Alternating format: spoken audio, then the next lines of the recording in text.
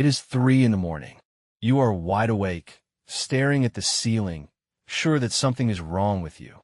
For almost all of human history, this exact moment was not a problem. It was scheduled.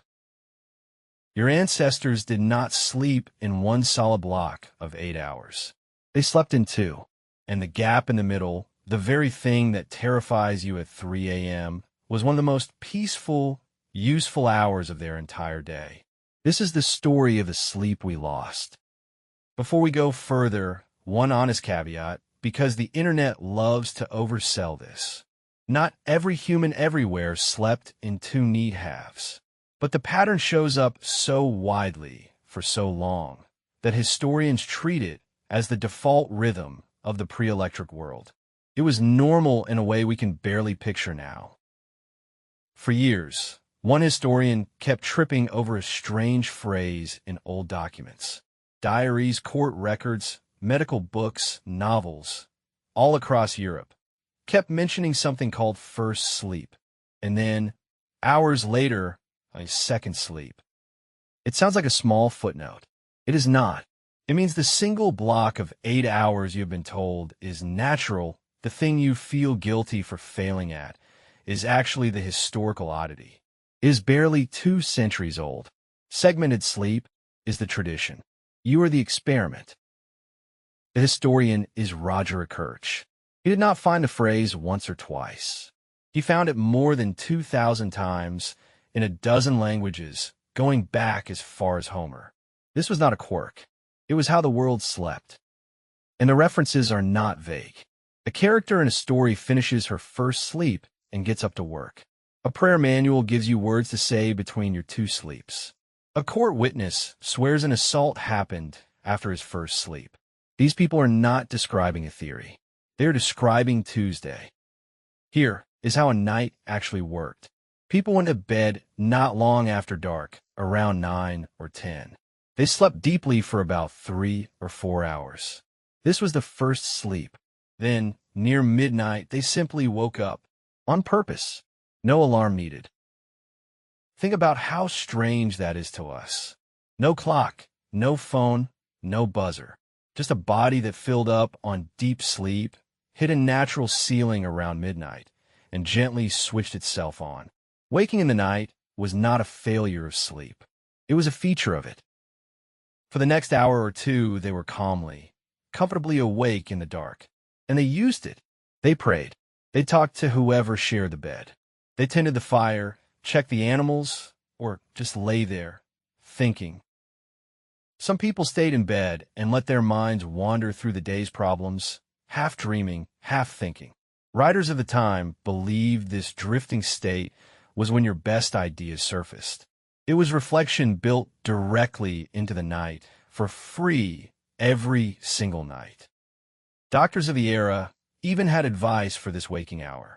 And the most repeated recommendation was almost funny in how practical it was. This quiet middle-of-the-night window, they wrote, was the best time for a married couple to conceive a child. The logic was blunt. After a full first sleep, people were rested, relaxed, and not exhausted from a long day of labor. A 16th century French doctor claimed it was simply when couples had more enjoyment and did it better. The gap had a job. So the middle of the night was not dead time.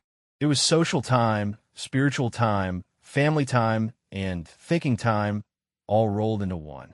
In a world with no screens and no electric light, the darkness itself was a room people lived in. We turned that room into a locked door. So if this rhythm was everywhere for thousands of years, where did it go? Why do you now wake at 3 a.m. and panic instead of praying? The answer is not biological. It is technological. One invention erased the second sleep, artificial light. You can even see the fear it left behind in our language. We say we sleep like a log, straight through, without waking. We treat unbroken sleep as the gold standard and any interruption as failure. But that standard was invented by factory clocks and light bulbs, not by human biology. For thousands of years, making light after dark was a luxury. A single candle could cost a laborer a real chunk of a day's wage. So you did not burn the night away. You went to bed because darkness was simply what happened, and it happened for a very long time each night.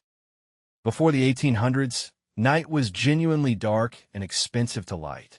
Going to bed early was the only sensible option. But as gas lamps, then electric light, lit up cities, the evenings stretched later and later. Bedtime slid from 9 o'clock toward midnight. With a shorter, brighter evening, people had less time in bed. 8 hours of darkness became 6. There was no longer room for 2 sleeps and a leisurely gap. The night got compressed into one solid block, and the middle hour was squeezed out of existence. Factories finished the job. The industrial world ran on the clock, not the sun. You had to be at the machine at a fixed hour, so sleep had to be efficient. One block, get it done, wake to the whistle. A slow, 2-part night with a lazy gap in the middle simply did not fit the new economy. By the end of the 1800s, in the world's big cities, the second sleep was gone. Within a couple of generations, people forgot it had ever existed. The phrase vanished from language, and a natural, ancient rhythm was quietly relabeled as a disorder. And here is the part that should change how you feel at 3 a.m. tonight. In the 1990s, a scientist ran an experiment. He put people in darkness for 14 hours a day, like a pre-industrial winter night, and watched what their bodies did on their own. After a few weeks, their sleep split, all by itself. They slept for about 4 hours, woke up for 1 or 2 hours of calm, relaxed wakefulness, and then slept again until morning. The exact pattern from the old diaries reappeared from nothing but darkness. The scientist, Thomas, Ware also found something in their blood. During that peaceful middle hour, their bodies released high levels of prolactin, a calming hormone linked to the drowsy contentment you feel while resting but not quite asleep. Their ancestors were not just awake in the dark. They were chemically at peace in it. Which means the 3 a.m. waking you've been fighting might not be broken sleep at all. It may be the ghost of the first sleep, an instinct thousands of years old, switching on in a body that no longer has a name for it. So the next time you wake in the dark and your heart starts to race, try remembering this. For most of human history, that was not the moment sleep failed. It was the moment the quietest hour of the night began. Your ancestors would have used it, then rolled over and slept again.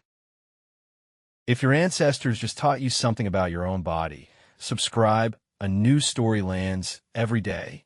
Tomorrow, what really happened to the Neanderthals and why a piece of them is still hiding inside you right now. See you tomorrow.